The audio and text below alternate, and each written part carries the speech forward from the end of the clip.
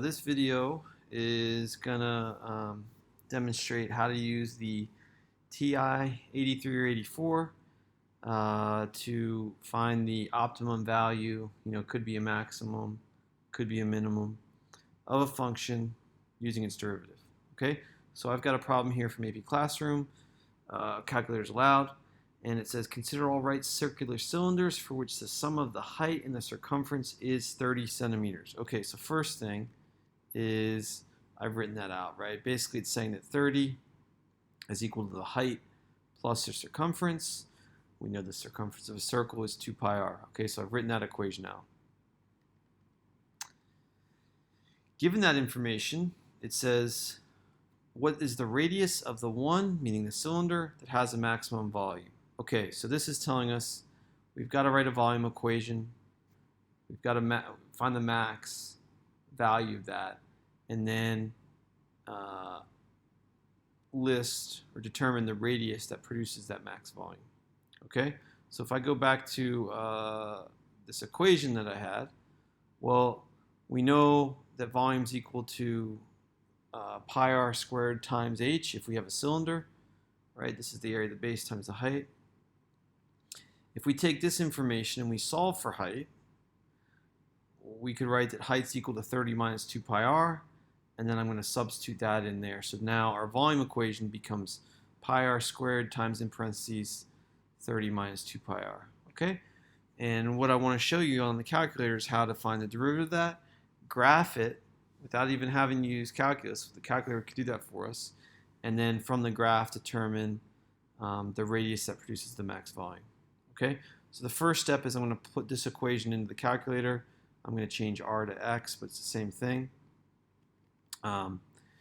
Okay, so I'll go to y equals, and I want my equation to be pi x squared. So, geez, it's been a while since I've used the 83, 84. I'm forgetting where the pi is. Okay, there it is. So pi x squared times, I think it was 30 minus 2 pi x. Okay, so times 30 minus 2 pi x. Okay? Graph that. See if it gives us anything here. Okay, wow. So, I should mention that we don't necessarily have to use calculus to solve this problem if we have the calculator. We could do a zoom out, keep increasing our y so that we could see, where the maximum of this graph is. And we could do, a second calc max, okay? But I don't want to do that. I want to use calculus to solve this. Okay, so what we're going to do now is we're actually going to tell the calculator to compute the derivative of this and graph it. Okay, so it's really, really, really a nice feature. So I'm going to go to Y2, and I'm going to go to menu. Sorry, I'm not going to go to menu. I'm going to go to math. I'm getting my Inspire and 84 language mixed up. And I want to find ddx. So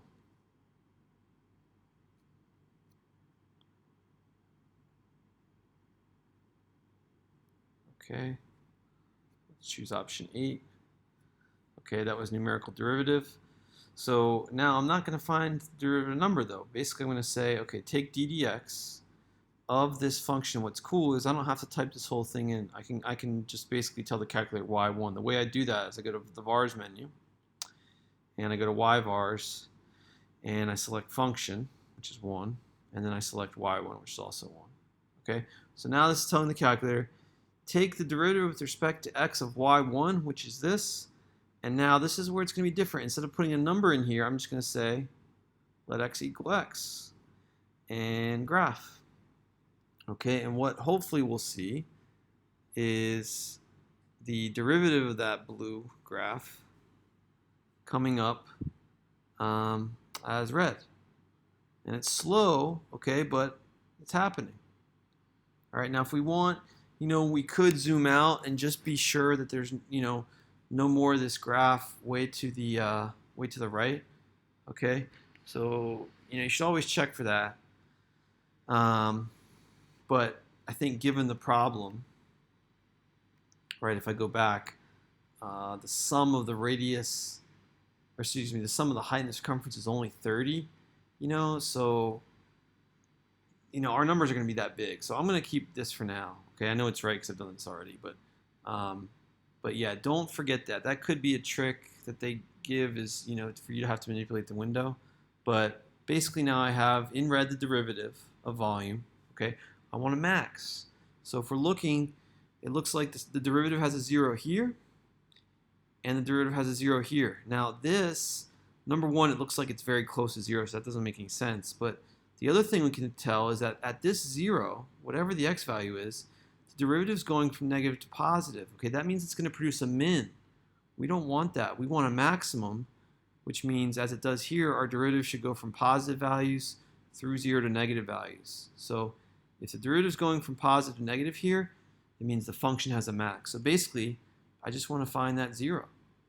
Okay, and the way I do that is I go second, calc.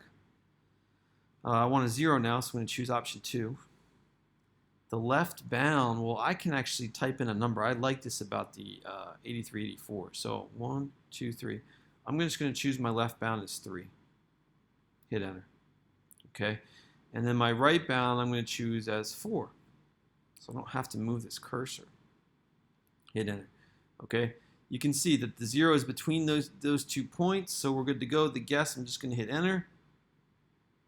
Uh-oh, no sign change. All right, didn't expect that. Let's try this again, guys. Maybe I will have to do this with the cursor. So let's try this again. Go to graph, second, calc, 0. Oh, I know why. Sorry. Right now it's saying, yeah, that's stupid. It's saying, do you want to find the function of the 0 of y1? I don't want to do that, so I want to push down. Okay, now this is the function I want to find the 0 of. Okay, left bound, 3. Right bound, 4. Now it should find it. Okay, the 0 is at 3.183. This is correct. Okay, and the only thing, if I go back to the problem, these have exact answers. So we have to figure out 3.18, which is that closest to? Well, 3, 10, 20. It's not 10, it's not 20, maybe 3. 30 over pi squared. That's like 30 over, 9. That could be close. Or 10 over pi. So let's check these two. Okay, let's check these two. 30 divided by pi squared. So that's going to be pi squared is 3.039. 10 divided by pi is 3.183. So this is the number that we want. 10 over pi, choice E is our answer there. All right. So the thing to remember, right, is it's really, really, really nice. So, this is a derivative that we could compute manually, right? But if you're using your calculator, you can take this n deriv, put the name of the function that you want to take the derivative of, and then just change this to x equals, instead of a number, x equals x. And it's really, really nice, right? You get the derivative of the function, and then you can just look for when that derivative is 0 and pick the appropriate place. All right? So good stuff. Hope that was helpful.